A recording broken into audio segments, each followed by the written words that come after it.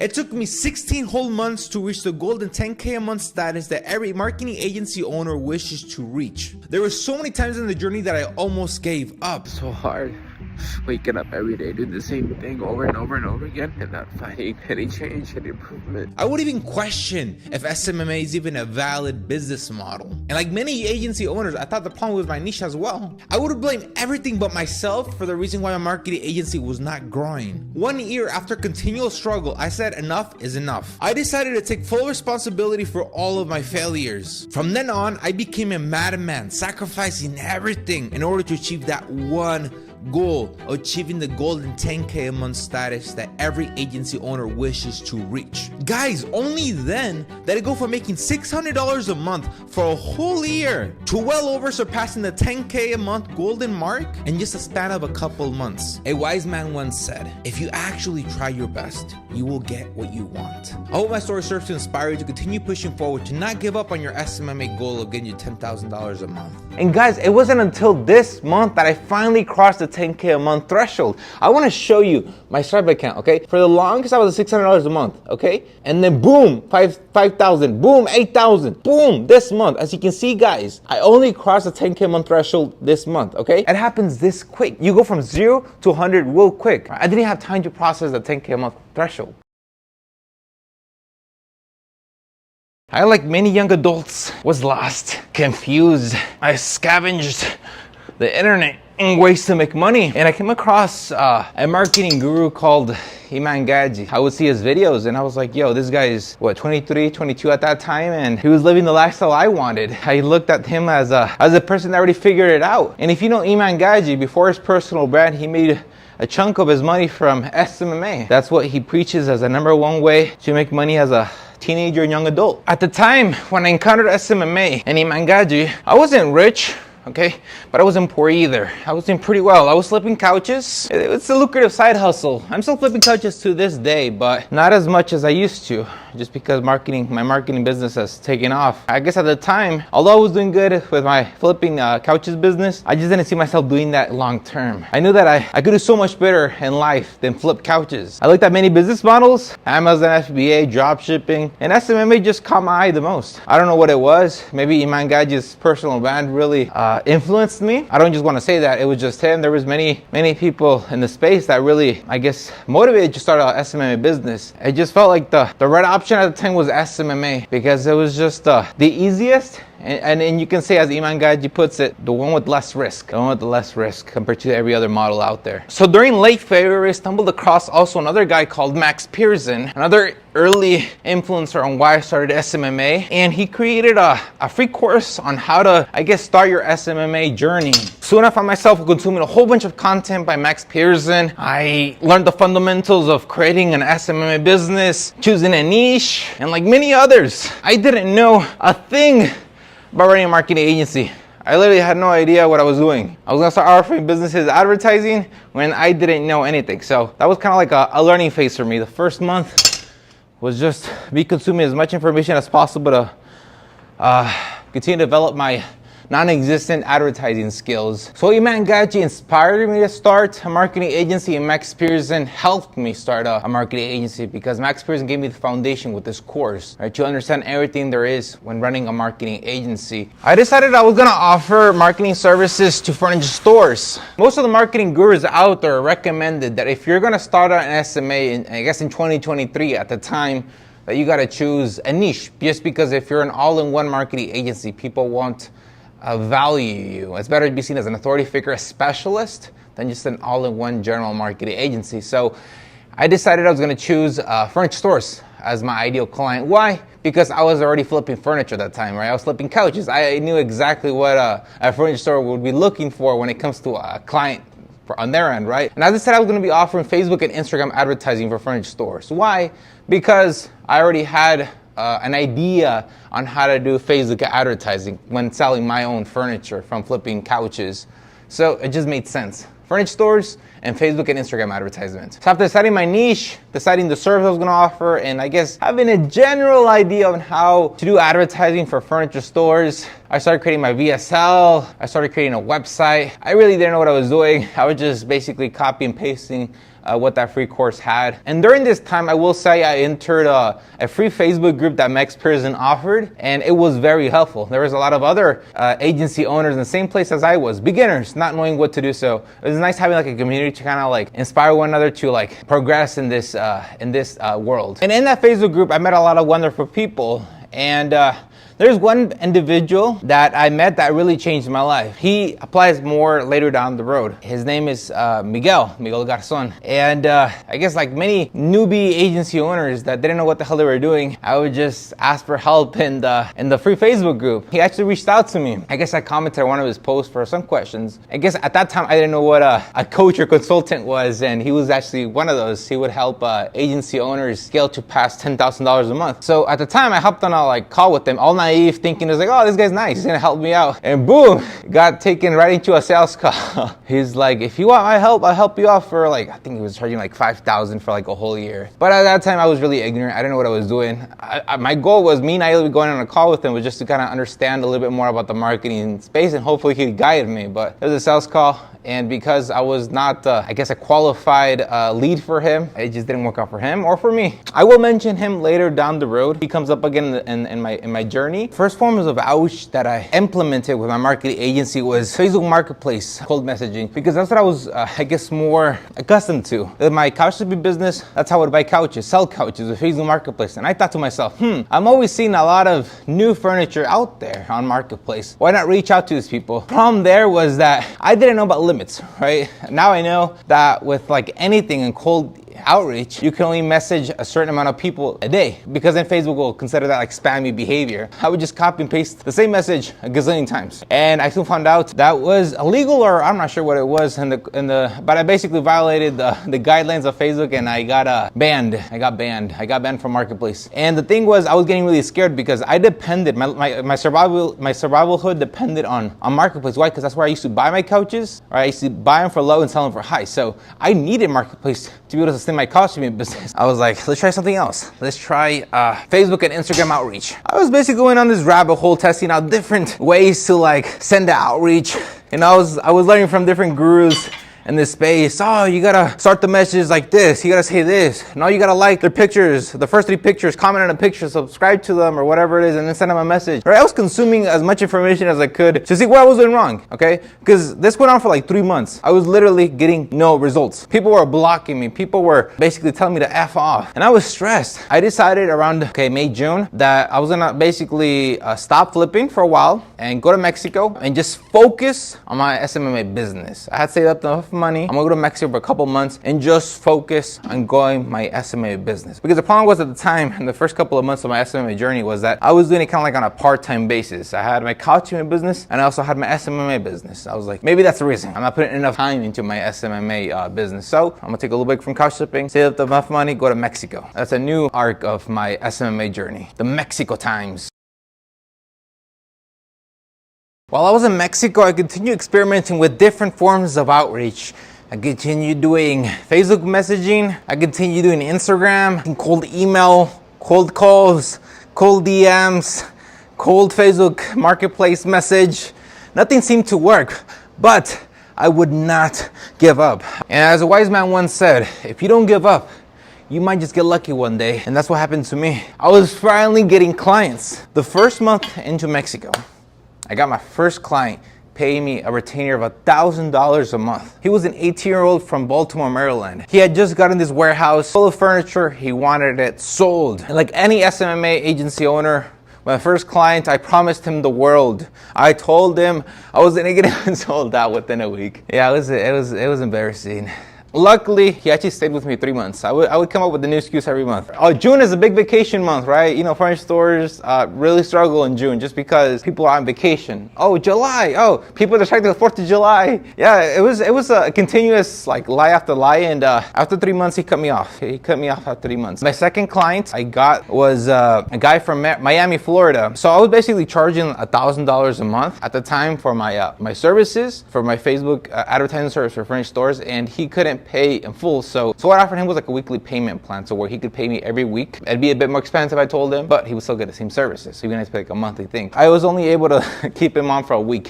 Second week he came around, he basically scolded me. He's like, I didn't know this thing was on repeat. Why did you charge me without telling me? Because the thing was like Stripe, it automatically takes your money out. And I already had him like on a weekly plan, because that's what I thought. Okay, we're on a weekly plan, but he thought that I was gonna be asking for his payment information every week. So when I guess week 2 came around, he got angry at me. He's like, I should have told him, blah, blah. And then he basically asked for a refund. Here's a screenshot. He was really pissed off. And the last client that I was able to close that summer for my marketing agency was a person called Andis. He was the owner of an up-and-coming French store called Comfy Living Chicago, and I really owe him everything. He was young like me, and he believed in my vision. He wanted to give me a chance because he wanted to grow and develop with me, because he also knew that investing in people long-term would pay off. He didn't want to contract a big firm, a big marketing firm, just because he knew that the culture there would not resonate with him, that he was still up and coming, and we were about the same age, so that also helped too. I will talk about him a little bit more later down the road, but he's the only client that I have not lost. I closed him for $600 a month, and I grandfathered him into that price. I obviously charge way more now, but I never changed what I charge him, just because he helped me so much in my beginning stages. If it weren't for him, I wouldn't be here today. Just easy as that. And while in Mexico, I had the genius idea of thinking, why not create a marketing agency in Mexico? I saw that in the USA, every time I called a business, another marketing agency, I reached out to them like 10 times already, 100 times, okay? It's so saturated with marketing agencies in the USA. But in Mexico, it was completely different. Just out of curiosity, I would ask businesses, do you do any marketing? All they would do is literally hope foot traffic walked by or repeat customers, basically. So that's how Amexa Marketing was born. A marketing agency it was a general marketing agency, to be honest, guys, because no other marketing agency existed in my town, you can say. So I created this marketing agency to be a general one. I didn't need to be, I guess, specialized, because there really was no marketing agency in my town. You guys will not believe the success I had. Literally within a month, I became the biggest marketing agency, not only in my town, but in the, I guess, freaking 30-40 mile radius of my town, or kilometers, because we're in Mexico. Everybody wanted to work with me. I introduced Facebook ads, Instagram ads to my town. I used to work with restaurants, bars back then, and a lot of businesses would ask, okay, who's running your ads? And they would all point to me. It was very funny. I guess at the peak of my marketing agency, I started working with my local government. I started, I teamed up with the director of communication, or you can say marketing in Mexico of my town, and we partnered up and we started doing a whole bunch of advertising for the government. It was crazy, but I did close my agency in Mexico. I did have it for a couple months, about 3-4 months, just because I did have to go back to the USA, and I'm gonna be honest with you, I wasn't making a lot of money. I really wasn't making a lot of money. I couldn't charge businesses in Mexico the amount I was charging in the USA. I could only charge them a fraction. And as an American, I was not gonna work for pennies. Why would I work for pennies when I can just go back to the USA and work for dollars, right? Alright guys, I finished working out, time to take my protein. So going back to the USA really sucked for me, just because I was in Mexico the whole summer for about 3 or so months, right? I shut down my couch shipping business, which was giving me a substantial amount of revenue per month. I shut it down to go all in into SMMA, right? The goal was, okay, no more distractions, we're going all in. And after 3 months, I felt like a failure, because yes, I did manage to build a successful marketing agency in Mexico, but I wasn't earning enough there, so I just turned it off. Number 2, my main marketing agency, I did have a couple clients. 2 out of the 3 clients I did have leave. I was only left with 1. So now we're entering what I call the drought season. In the drought season, I could not close a single client. It was bad. It was the worst thing ever, right? I was getting some success in Mexico. I felt like I started to get a hang of it. Yes, a lot of my clients left that I did shut down my marketing agency in Mexico, but I think I felt like I had a hang of it. But I went back to the USA. Okay, that success was non-existent anymore. Throughout the whole second half of 2023, okay, I could not get a single client. Luckily though, my one client, Comfy Living Chicago with Andis, they did not leave me. Because if it wasn't for Comfy Living Chicago, I would be making this video and my marketing agency wouldn't exist today. So it was a really rough period for me, because I thought a lot of negative things throughout the period. That maybe my niche was the issue. I started thinking marketing agency as a whole was not a good business to start off with. I started thinking all the negative things you can as a marketing agency owner. I thought maybe I'm doomed. It's maybe the golden era of SMMA is done. I started thinking every negative thing you can think. It was tough. It was tough. But I will say, during that period, I was blessed because that one client that did not leave me, he gave me an opportunity that changed my whole life. I'll explain to you what it is after I grill this, or after I blend this.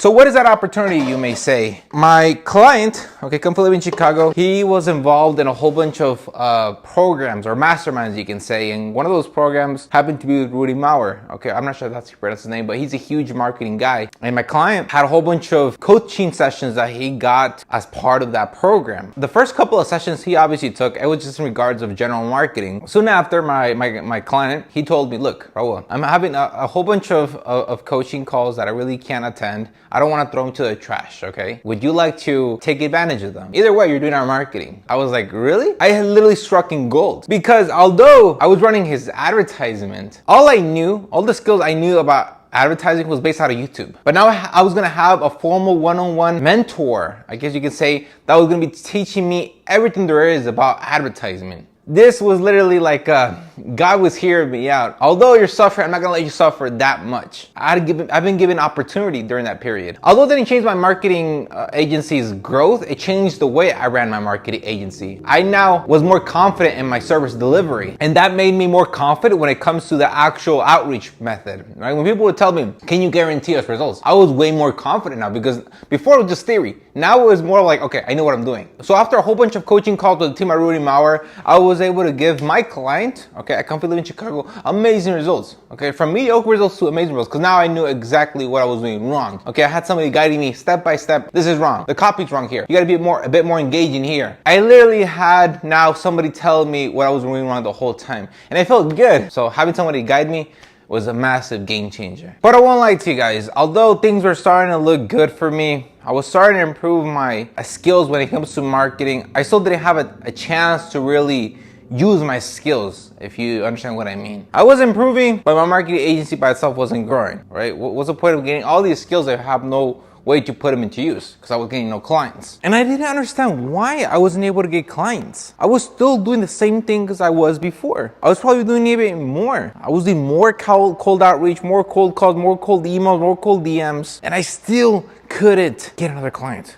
I didn't know what I was doing wrong. I offer free trials, anything you could think of, in any strategy in the book, just to get people to respond to my messages. I started contemplating, maybe I should just change to a completely different business model. There's like a festival going on, so we're gonna go explore that right now as I continue to talk about the journey. I was messing up in 2023, he's not getting another client. So what did I do exactly in 2024, or in the beginning of 2024 to be specific, that changed my SMMA business forever?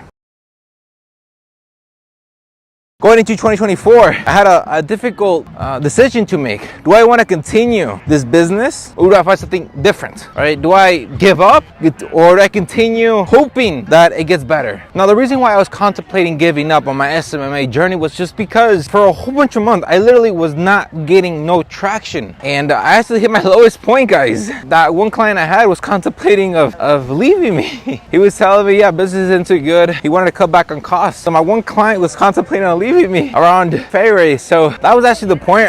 If he left me, I would have told myself there's no point in continuing SMMA, right? That my one client left me. He was like literally the only reason why I was actually continuing with SMMA, because I would have felt bad if I would have told him, you know, I'm done with the marketing world. I didn't want to do that just because he believed in me, right? He knew that I had something going on. Luckily, in February, he told me I'm gonna continue. Okay, it's just a bad month. We had to continue marketing. Marketing is essential, right, for a business. Another thing happened, well, two big things happened in February besides that, is that I came across another Iman Gaji video about monk mode, right? I've been watching Iman Gaji's videos for a while now at this point, and I came across a video of him talking about monk mode and how it helped him grow his marketing agency to another level. And I didn't know what monk mode was before. And basically the concept of monk mode is you sacrifice literally everything for a certain period of time. You sacrifice temporary pleasure, temporary joy, okay, in order to attain something more meaningful in the short term, right? That really caught my eye. I was thinking monk mode, monk mode. I started researching a little bit more into monk mode, what it entailed, how it works from other people in the space. I decided, you know what, I'm gonna give it a shot. Okay, luckily my one client didn't leave, so I was like, okay, if I'm gonna continue SMMA, because right now it's not working. So after watching a whole bunch of monk mode videos, I decided, you know what, enough is enough. I'm gonna stop blaming everyone or everything for my failures in SMMA. If I can't get more clients, it's because of me. And since monk mode came at the right time, I said I'm gonna do monk mode. And during this period of time, I told myself, if monk mode doesn't work, I'm done with SMMA. This is gonna be like the final push I'm gonna do with SMMA. It's now or never. I'm going all in. Okay, I'm gonna sacrifice everything. I'm gonna double down. Okay, last summer, yes, I was going all in on SMMA, but now I was gonna double the effort. I was gonna double down even more. It's now or never. I decided I was gonna do monk mode for 100 days. Online gurus that are big on monk mode, they recommend 30 days if you're a beginner. Max 45, 60 days. I said, you know what, fuck that. I guess I let my ego again get in the way. I'm gonna do 100 whole days. I told myself, if I can't get to 10K a month in this period, okay, I'm done with SMMA, literally. Okay, I already put in so much time, monetary investment, not that much, but time investment so much to where I'm like, okay, maybe it wasn't for me. Guys, the most magical thing happened a couple days before entering monk mode. I was scrolling on Instagram, and as I was getting ready to like think of like a strategy that I was gonna do for the 100 days throughout monk mode, because I was still lost, right? Yes, I told myself 100 days, I'm gonna freaking double down, sacrifice everything, but I still didn't have really a strategy that I was gonna do, okay, to get to a 10K monthly marketing agency, right? At this point, I was doing every freaking strategy in the book, cold email, cold DM, cold whatever it is, right? But nothing was working, so I was still figuring out like what strategy should I like double down on, because I really want to double down on something. And like I was saying, a couple days before entering monk mode, I stumbled across an ad. I don't know why I was shown this ad, because I was not the right person. This ad was promoting, I guess, marketing services to car dealerships. So I clicked on the Instagram profile because I was curious. Okay, another marketing agency. I always like to like learn from other marketing agencies in the space. I saw the name Miguel Garzon, and I was like, what the fuck?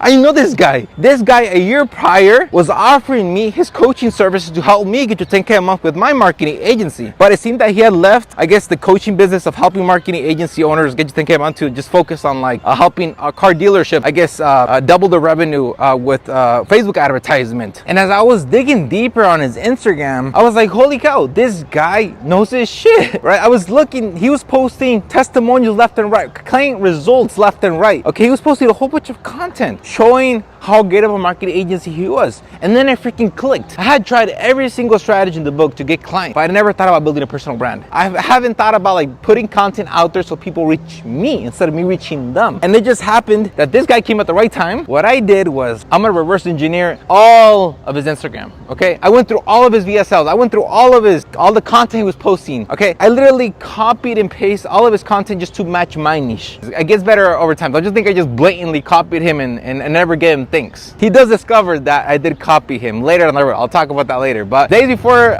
monk mode, I basically doubled down and just put all my efforts into analyzing all his content so that I can replicate that to my marketing agency. So I decided my strategy for the next 100 days for monk mode is just to focus on building a personal brand. Guys, if you think about it, building a personal brand is a no-brainer. I don't know why I didn't think about it before. Iman Gaji, Max Pearson, they all had built a personal brand. That's the reason why I started an SMA business, right? I was influenced by them. I saw them as an authority figure. That's the reason I consumed their content. And you just didn't click until me seeing Miguel Garzon's content. All the car dealerships, okay, would comment on his post. They would look at Miguel Garzon as an authority figure. And that's what I was lacking. So I was gonna put all my chips in. I was going all in. No more cold outreach. I was only gonna get clients to reach out to me. My goal was to get people only to reach out to me now.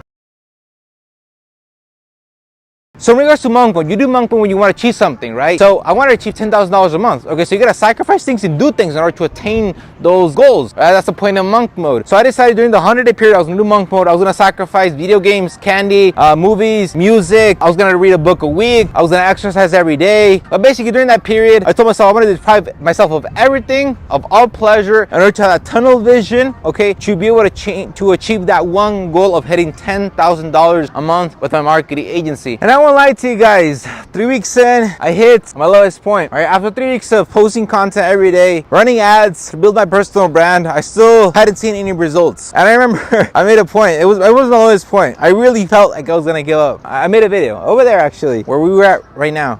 Day 24 of 100 of Extreme Monk Mode. I'm not sure if I'm gonna even upload this video. Been very emotional today. I just can't seem to figure it out. I'm trying my best. Why am I not progressing? What am I doing wrong?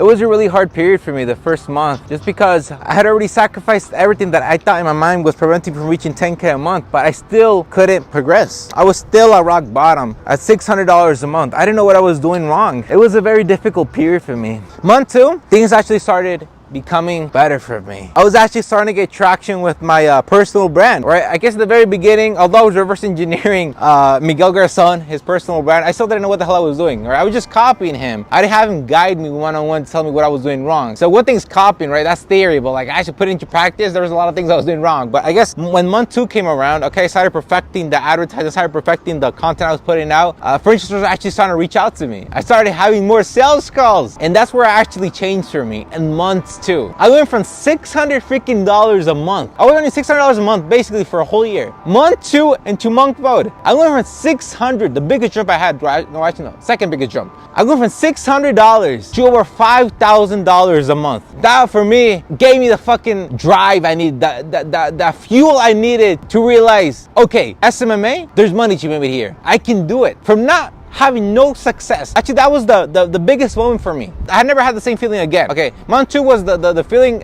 of euphoria for me, because I had struggled so much for almost a whole year. And in month 2, everything changed. That was the peak happiness moment for me. Month 3 came around. Ads were starting to perform even better. Okay, the content was performing even better. It was reaching more people. I had gotten running the ads, I guess, down to a science, you can say, right? The people that were reaching me were actually furniture stores, right? The right people. I had kind of perfected it in a way. So as things are popping off and doing good, right? As I was getting momentum, I didn't want that momentum to stop. So I reinvested the money I was making back into myself and back into ads. So I doubled the ad spend on month 3. I reinvested a couple $1,000s into an advertising expert, okay, that worked with really high-end furniture stores that made 100K plus per month. So these are like the big shots in the USA. And this guy was guiding me one-on-one on basically the strategies that he implements for his furniture store clients. So I was gaining more and more expertise in the industry, right? I was reinvesting the money back. So you may be asking now, okay, enough of that, Raul. We understand that you're investing the money back into the business. You got a mentor that even helped you hone your marketing skills even further. Cut to the chase. Did you get your 10K a month after a 100-day period? After 100 days of disciplining myself, sacrificing myself, I was able to go from $600 a month to a whopping $8,000 a month. I was not able to achieve the 10K a month goal that I set out to achieve. But guys, I went from $600 a month to $8,000 a month in a span of 3 months. 3 months. For a whole year, I did not see no progress. And in 3 months, I skyrocketed. I finally understood what was missing. I was almost at 10K a month. How can I give up now? I just needed that final push. And that final push came a couple days after Monk Mode ended. Remember that one guy that had reverse engineered my content from, my VSL from, the personal brand from? Yeah, Miguel Garzon, that guy. I don't know what happened, but somehow one of my ads reached to him. And he commented on that one ad that appeared in front of him. And I was nervous when I saw the notification. Miguel Garzon commented on your post. I was like, fuck, this guy's probably gonna scold me or make fun of me for like copying him or something of that nature. Funny enough, he entered with an area of empathy, of understanding, trying to help me, okay? He gave me that final push. He actually contacted me on Instagram. Long story short, he's now my mentor as of a couple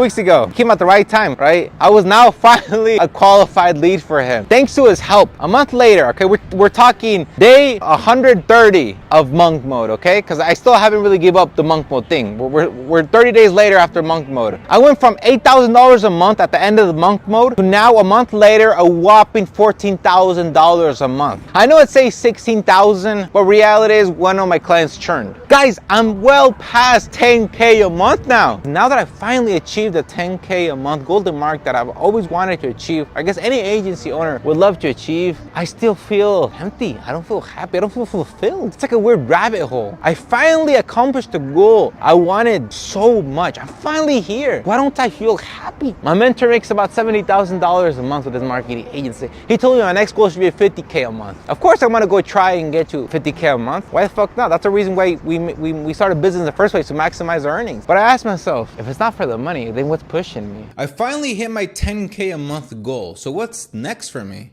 Thanks to my mentor's wisdom and help, my next goal is going to be $40,000 to $50,000 a month with my marketing agency. Guys, it's much easier to scale from 10 to 50,000 than 0 to 10,000, right? Once you know exactly what it is you need to do in order to scale, it's much easier once you already have an established business. From 0 to 10,000, you really don't know what the hell you're doing. 10,000, you already have SOPs in place. You kind of have an idea what it is that you need to do in order to like scale. That's the point I'm at right now. I already have an idea of what it takes to get to 50,000, and I'm sure that goal is gonna be much easier and get you 10,000. So that's the next goal. I was talking to my mentor a week ago and I asked him, you're wildly successful, you're 20 years old, you're from Colombia, you're making $60,000, $70,000 a month, you're in the 1% of the 1% of your country. What's next for you, brother? And he told me, he's like, Raul, I know you know this feeling as well, but we're building other people's businesses up, right? We're helping them with their marketing, but it's not fulfilling, is it? Every time I help another car dealership make a whole bunch of sales, I just think to myself, what if that was my business? I have the skills. Why build other people's dreams out when I can build my own? After surpassing 10K a month with a marketing agency, I can tell you it isn't glamorous being an agency owner. It's a lot of headaches. You gotta be on the standby 24/7. And the reality is you're an overglorified employee for any business. You're subject to them. If they decide they don't want you anymore, they churn. It's just headaches, having to continue to do more sales, call more sales, to get more clients. It's not the most beautiful business model out there.